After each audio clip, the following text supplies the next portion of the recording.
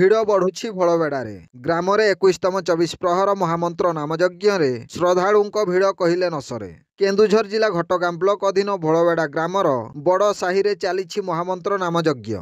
ଗତ 7 ତାରିଖ ସୋମବାର ଠାରୁ ଶୁଭାରମ୍ଭ ହୋଇଛି ହରିକୀର୍ତ୍ତନ। ଏହି ନାମଯଜ୍ଞରେ ବଛା ବଛା ସଂକୀର୍ତ୍ତନ ଦଳ ଭାଗ ନେଇଥିବା ଜଣାପଡ଼ିଛି।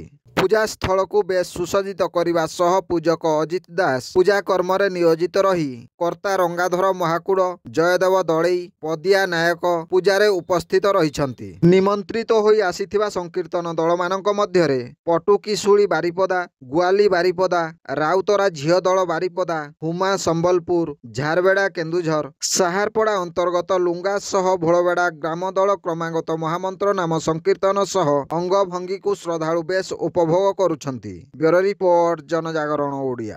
ଭିଡ଼ିଓ ଗୁଡ଼ିକ ଆପଣମାନଙ୍କୁ ଭଲ ଲାଗୁଥିଲେ ଆମ ଚ୍ୟାନେଲକୁ ସବସ୍କ୍ରାଇବ୍ କରିବା ସହ ଲାଇକ୍ ସେୟାର କରିବାକୁ ଭୁଲନ୍ତୁ ନାହିଁ।